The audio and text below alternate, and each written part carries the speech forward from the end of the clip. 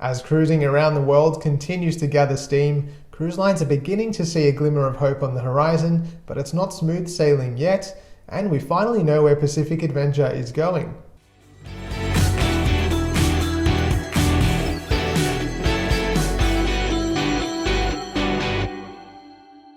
I'm Adrian, the Cruise and Travel Guy. As always, thanks for subscribing to my channel, and if you haven't done so yet, please hit that subscribe button.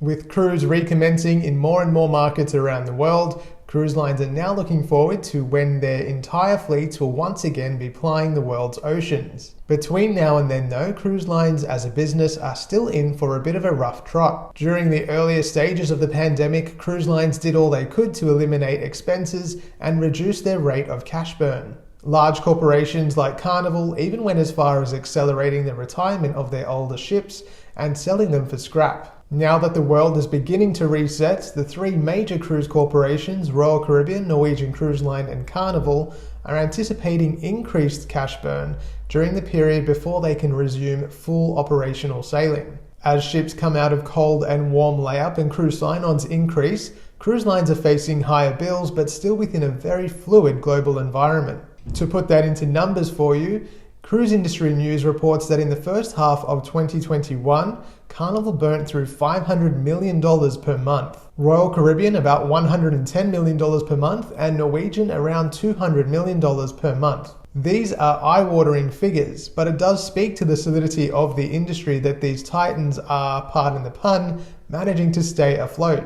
In the US, Norwegian Cruise Line has successfully sought a preliminary injunction against the Florida state government. The result comes on the back of the cruise line seeking to overturn the state law that prohibits a business from seeking its customers, or in this case passengers, vaccination status. Attorneys for Norwegian Cruise Line argued that requiring the vaccination status of their passengers was in the best interest of the health and safety of the entire ship, especially in view of the increasing rate of infection within the state. The injunction is being appealed by the state government. As I first reported last week after receiving a tip from a viewer, Pacific Adventure's marine traffic data now shows that her destination is Trieste in Italy. Based on the information that I received, it is expected that the ship will finally undergo her makeover. The ship will morph from the Golden Princess into P&O Australia's flagship, Pacific Adventure. The dry dock was originally scheduled to take place in 2020, prior to the Pacific Encounter's own transformation. The pandemic, of course, halted those plans, but in view of the upcoming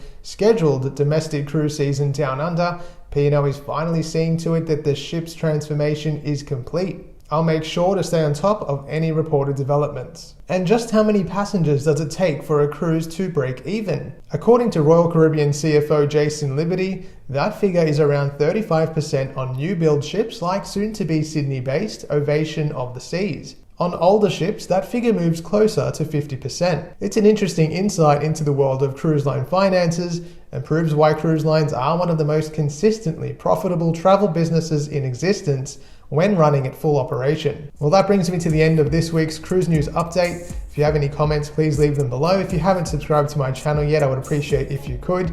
If you are looking to book a cruise for 2022 and beyond, you can head to my website, thecruiseandtravelguy.com.au. If you haven't done so already, you can give me a follow on Facebook and Instagram at The Cruise and Travel Guy. Thanks for watching, stay safe, and I'll see you soon. Cruise lines are beginning to see a glimmer of hope on the horizon, but it's not smooth sailing yet, and no, damn it. Cruise lines are beginning to see a glimmer of hope on the horizon, but it's not smooth sailing yet. To eliminate expenses and reduce their... no. Now that the world is beginning to slowly reset, the three major cruise... In the US, Norwegian Cruise Line has successfully sought... nope.